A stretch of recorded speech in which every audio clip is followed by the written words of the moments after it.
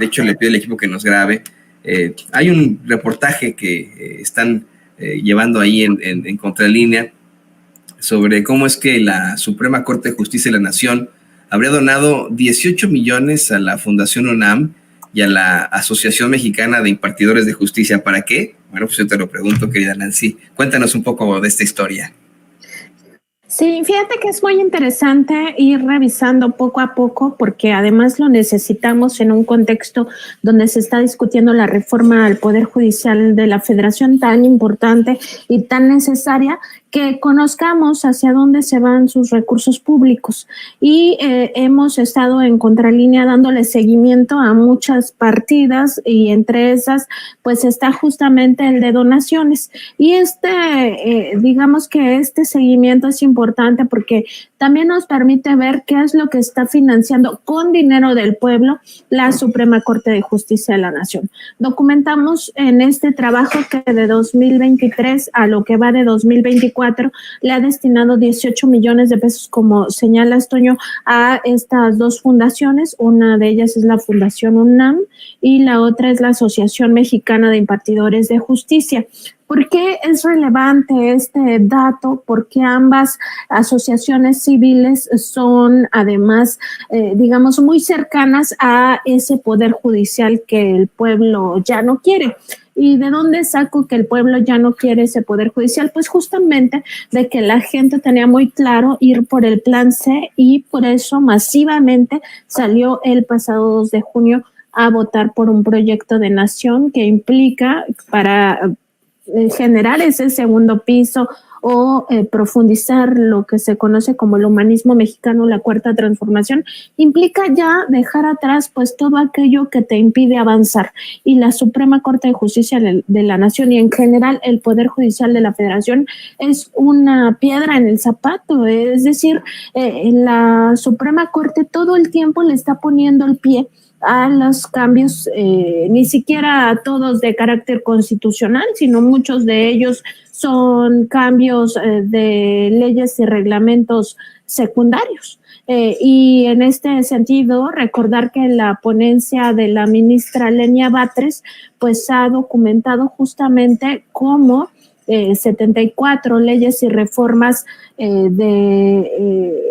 que se han aprobado tanto en el Congreso de la Unión como en congresos estatales han sido echados abajo entre 2019 y 2023. Ella lo califica incluso como una masacre legislativa porque eso no había ocurrido en los sexenios anteriores. O sea, esta parte de estar echando abajo las leyes y reformas, en total 74, solo en ese periodo, ni siquiera se cuenta lo que ha pasado en 2024 ya con casos muy dramáticos como la ley de la industria eléctrica. Pues eso impide el avance de la transformación. Entonces, es importante revisar que parte de estas donaciones van, por ejemplo, a la Fundación UNAM, que financia con ese dinero más de 11 millones de pesos becas para la Facultad de Derecho y cómo ha venido operando la Facultad de Derecho y también el Instituto de Investigaciones Jurídicas o parte de estas dos instancias educativas, ¿no? Parte del Instituto de Investigaciones Jurídicas, pues ya sabemos que incluso recientemente se pronunció a través de un documento donde decía que prácticamente era inviable, inconstitucional y casi que la dictadura por estas 20 reformas que está planteando el presidente López Obrador desde el 5 de febrero. Y también una buena parte de la academia dentro de la Facultad de Derecho tiene esta misma visión y se la pasan pues haciendo digamos un rol en diferentes medios, en diferentes corporaciones mediáticas, pues señalando esto, ¿no? Que es muy grave la reforma al Poder Judicial de la Federación y que el pueblo no tiene la capacidad de elegir a sus ministros, a sus magistrados y a sus jueces. Entonces, por eso es importante ver a dónde se va el dinero, qué es lo que están financiando, qué es lo que les gusta a estos ministros y ministras de la Corte, sobre todo a los 8 que forman este bloque conservador, encabezados, por supuesto, por Norma Piña, pero donde también hay 2 traidores al proyecto de nación que impulsó el presidente López Obrador, que es Margarita Ríos Farjat y Juan Luis González Alcántara Carranca. Estos ministros, no hay que olvidarlo, fueron o llegaron a este cargo justamente porque el presidente López Obrador los propuso en sus ternas respectivas y pues una vez llegando ahí se aliaron totalmente con ese bloque conservador que ha impedido justamente que transite la cuarta transformación. Y esto, además, hay que decirlo, Toño, en contra de los propios principios democráticos, porque a ellos que les gusta tanto hablar de dictadura, habría que recordarles que el Congreso de la Unión representa al pueblo y el pueblo con 30 millones de votos o un poco más le dio esas facultades al presidente de la República, Andrés Manuel López Obrador, que avanzara en ese proyecto de nación. Entonces, estos 2 poderes que sí son decididos democráticamente no pueden avanzar en el proyecto de nación porque lo impide justamente el poder que no es elegido por el pueblo. Y por otra parte, esta otra asociación civil, la Asociación Mexicana de Impartidores de Justicia, pues está muy vinculada a personajes que también apoyan al propio sistema o a cómo está configurado el Poder Judicial, y decir nada más que pues para empezar está integrado por uno de estos ministros, por Jorge Mario Pardo Rebolledo, que forma parte de este mismo bloque conservador dentro del Poder Judicial, y a las donaciones que le hizo son 2, una en 2023 y una en lo que va de 2024 por más de 6,700,000 pesos, y justo acompaña la mayoría de los integrantes de esta de esta asociación civil este mismo discurso de que la Corte y la democracia está en riesgo y la Corte no se toca, etcétera. Entonces, por eso es importante conocer hacia dónde se destina el dinero del pueblo en el Poder Judicial, Toño. Sí, y es que creo que tiene que ser parte también fundamental de la reforma judicial. Es absolutamente necesario que no solo se gestione, se fiscalicen, sino que pues además se pueda ejercer pues esos recortes absolutos a lo que están haciendo ahí desde el Poder Judicial. Y bueno, pues me da mucho gusto que puedas estar compartiéndonos esto aquí en Sin Censura y que puedas tener esta investigación, querida Nancy. Yo, como siempre, muy agradecido contigo, con tus compañeros ahí en Contralínea, y te pido, por favor, que nos compartas tus redes sociales para que la gente se ponga en contacto contigo.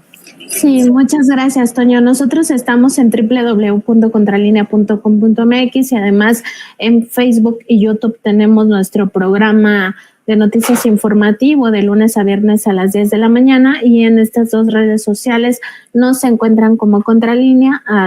Además en X, antes Twitter, nos encuentran también como Contralínea, y a mí en esta red social X me encuentran como @Nancy_contra. Pues muchas gracias, Toño, y gracias también por sus buenos deseos y por sus palabras siempre pues alentadoras al trabajo de Contralínea en general, a mi trabajo.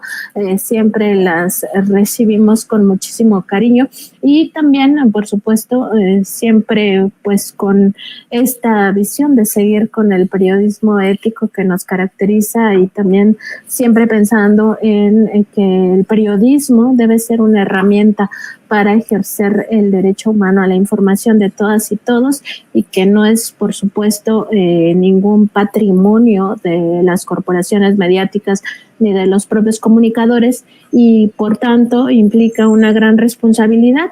Y nada más decir que en ese sentido la desinformación pues es una violación flagrante a los derechos humanos, particularmente al derecho humano a la información, Toño. Muchas gracias. Quiero ya para cerrar más decirte, Nancy, que de lo que más admiro de ti es que además de pues ser una gran periodista, literalmente eres maestra de periodismo, eres catedrática de periodismo en la, si no me equivoco, en la FES Aragón, ¿no? No, fíjate que estaba en la Facultad de Ciencias Políticas, pero parece que ya me corrieron. O sea, no. Aparte de los problemas de los profesores de asignatura, pues es eso, la discrecionalidad con la que te llaman o no te llaman, y este semestre al parecer no me han llamado. Y digo, pues, al parecer porque ya les llamaron a todo mundo hace como unos 15 días y a mí todavía no me llega ninguna invitación. Yo supongo que es parte también de la derechización de la propia Facultad de Ciencias Políticas, de la propia Universidad Nacional Autónoma de México. Lo lamento mucho, Toño, pero también lo entiendo. O sea, entiendo que hay perfiles que no les gustan y que prefieren meter pues académicos que se formaron en estos círculos que ha financiado Claudia X González Guajardo. Se está llenando la facultad de estos perfiles que tienen que ver o con Mexicanos contra la Corrupción e Impunidad, o con el diplomado que impartieron en el CIDE, o que son cercanos a este tipo de periodismo, de alianzas con Mexicanos contra la Corrupción e Impunidad.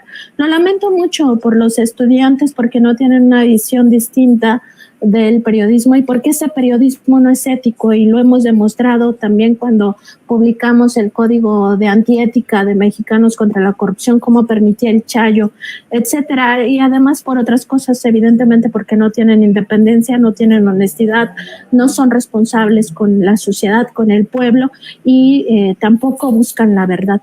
Entonces, pues así, Toño, o sea, así las cosas, pero está bien, o sea, lo entiendo, y también, pues ahí está para la historia, ¿no? Cómo se derechizan las universidades públicas. Me estás dando una muy mala noticia, si de verdad lo digo de dientes para afuera, ¿eh? Si algo me hace sentir con esperanza del futuro de nuestros jóvenes periodistas, era el saber que hay profesores como tú, que pues evidentemente podían sacarlos adelante con esas con esas distintas formas de pensar, con un verdadero espíritu crítico, no con esa derechización de la que hablas. Bueno, yo creo que hay que luchar por esto, Nancy. Vamos a ponerte en contacto con el queridísimo Ricardo Sevilla, que pues tú bien conoces, sabes que él ha estado muy cercano de denuncias directamente ahí en la Universidad Nacional Autónoma de México. Y qué desagradable, de verdad. Qué pena de lo que se están perdiendo en la UNAM al no convocar a nuestra queridísima compañera Nancy Flores como catedrática ahí. Pero bueno, ya sabes que cuentas con nuestro apoyo, nuestra solidaridad. Te mandamos un abrazo desde siempre y pues nos vemos la próxima, Nancy. Un abrazo, Toño, y muchos saludos a tu audiencia. Hasta luego.